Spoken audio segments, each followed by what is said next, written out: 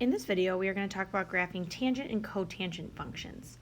So to graph the tangent function, I'm going to start off by making a table of values off to the side here. So I'm going to think about x, and I'm going to think about tangent. And so I'm going to think about 0, I'm going to go by the pi over 4s. Pi over 4, pi over 2, 3 pi over 4, pi, 5 pi over 4, 3 pi over 2, 7 pi over 4, and 2 pi. So at 0, remember tangent is our y divided by our x. So at 0, my coordinate is 1, 0, so y divided by x will give me 0. At pi over 4, my coordinate is root 2 over 2, root 2 over 2. So when you divide x or y by x, you get 1. At pi over 2, my coordinate is 1, 0, 1, so this is going to be undefined. At 3 pi over 4, it's similar to pi over 4, but your x is negative, so I'm going to get negative 1. At pi, I'm going to get 0.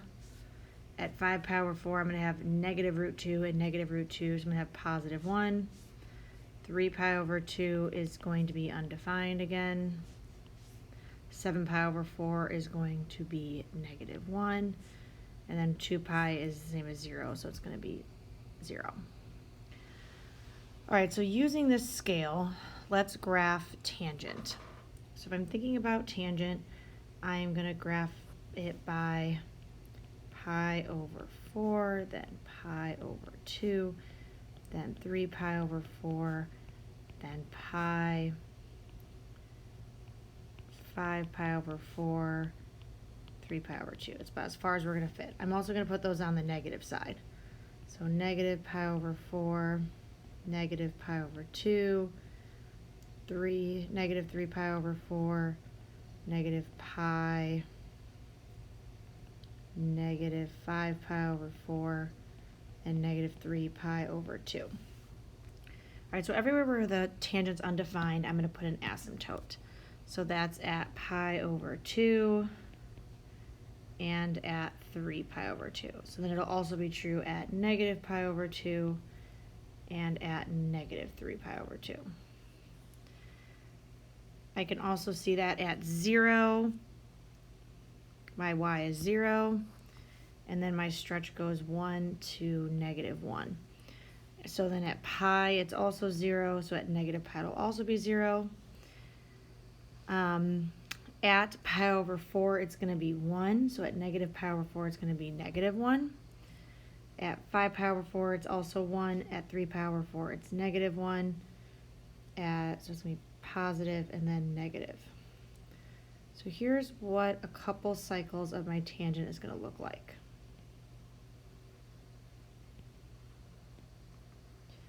So tangent and cotangent are going to be a little bit different than secant and cosecant because I can complete one cycle of tangent in pi.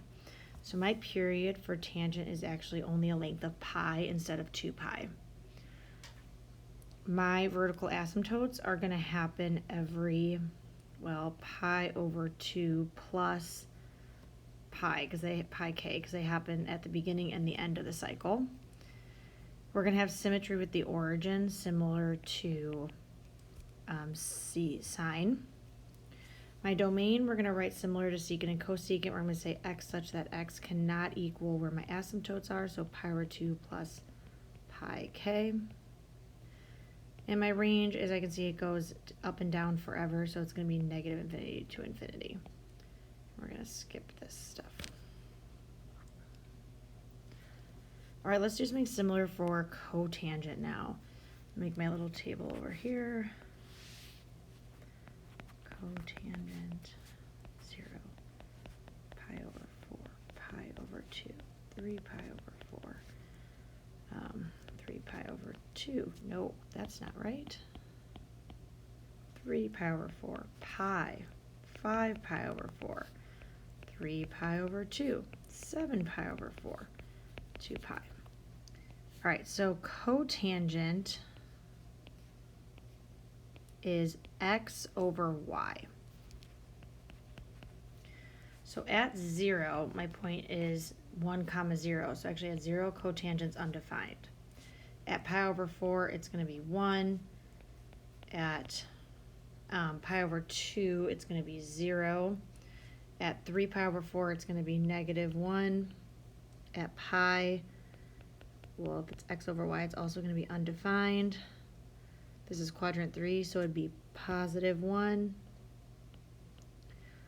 And then x over y, so this would be 0, -1, and then undefined.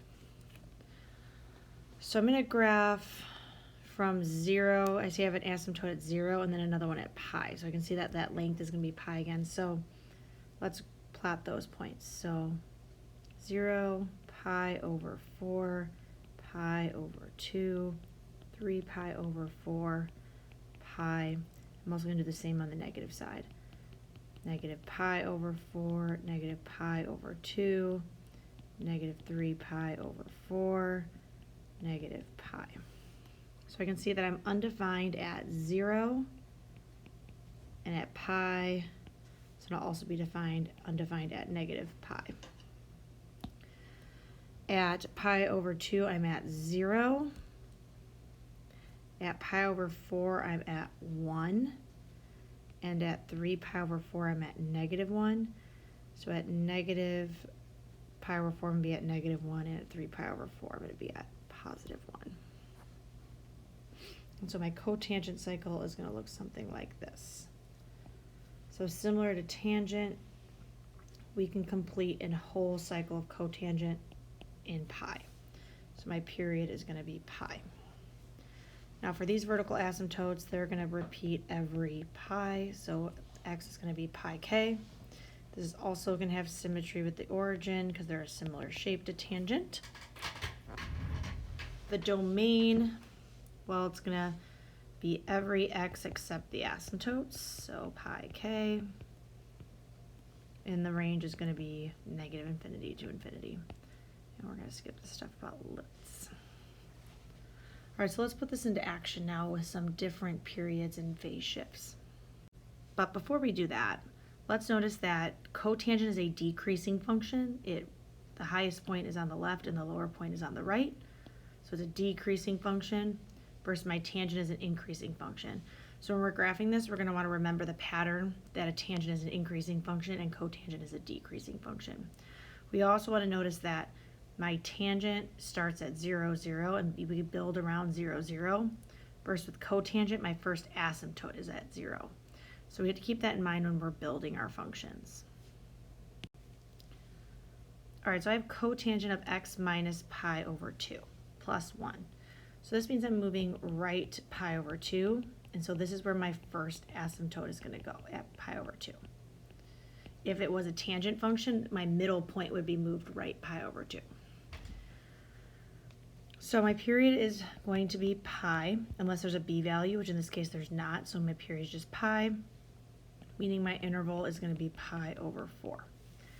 So if I'm starting right pi over 2, but I got to count by fourths, so that's 2/4, 3/4, 4/4, 5/4, and 6/4.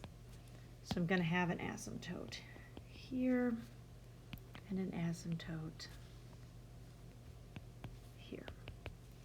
Now on my y-axis, I'm shifted up 1, and I just have a single stretch, so I'm going to go from 1 to 2 and 0. So my middle point is going to be at pi 1, and then we said cotangent's a decreasing function, so it's going to be high on the left and low on the right. And so my cotangent function will look something like this. So the domain for this function, well, my asymptotes are happening at pi over 2 and then at 3 pi over 2, so those are pi apart. So we're going to say that x such that x cannot equal pi over 2 plus pi k. Because it's starting at pi over 2, every distance of pi, my asymptotes are going to repeat. And then my range is just going to be -infinity to infinity. All right, in number 2, we have a few things. I have a vertical stretch of 3, and I have a b value of 2. So my period is going to become pi over 2, because when we're doing tangent and cotangent, just like we did 2 pi divided by b, we're going to do pi divided by b to find my period. So that means my interval, if I divide that by 4, is going to be by eighths. So tangent starts in the middle. So if I'm doing eighths, I'm going to have 1/8, 2/8, and then I'm also going to build the other way. So tangent row is going to build around the middle point, because that's at 0, 0.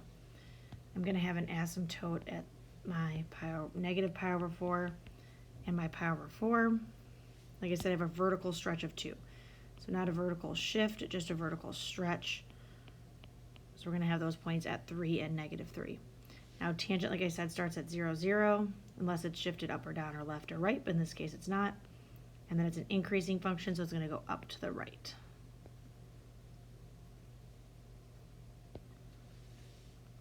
So it's going to look something like this. Now my asymptotes are, this distance is pi over 2 apart, because that's the length of my period. So starting at pi over 4, every pi over 2, I'm going to have an asymptote. So that's what I need to exclude in my domain. And then my range will just be negative infinity to infinity. All right, let's look at the opposite. Now I'm going to give you a graph, and we can write an equation of this graph. So I'm going to look for some critical points. So I see a critical point here. I see a critical point here. So I'm just kind of looking at where those points are hitting the grid lines.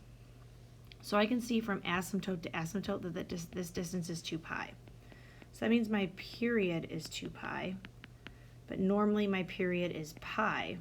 So pi divided by b would have to equal 2 pi, meaning that my b value is going to be 1/2. The other thing I noticed is that rather than this, it's a decreasing function. So since it's a decreasing function, to me that shows that it's cotangent. It could also be a reflected tangent or a negative tangent, but we can stick with cotangent. I also see that I'm shifted down 1, but cotangent would start its first asymptote at 0, 0, so I don't have any phase shift for cotangent.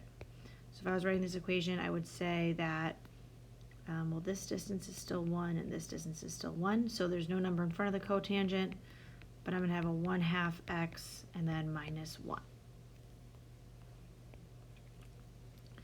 Now, if we want to do this for a tangent, so like I said, if we wanted to say this is a tangent function, we could say it's a negative tangent function, because that would be the reflection of tangent. Now, tangent's middle point is normally at 0, 0, so we shifted right pi. I need to include the b value. Let's go back.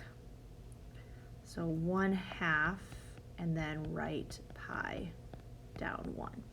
So in order for this to be a tangent graph, since it's decreasing, it would have to be a negative tangent graph, because it'd be a reflected tangent graph. And so this is how we could write the equation for cotangent and tangent.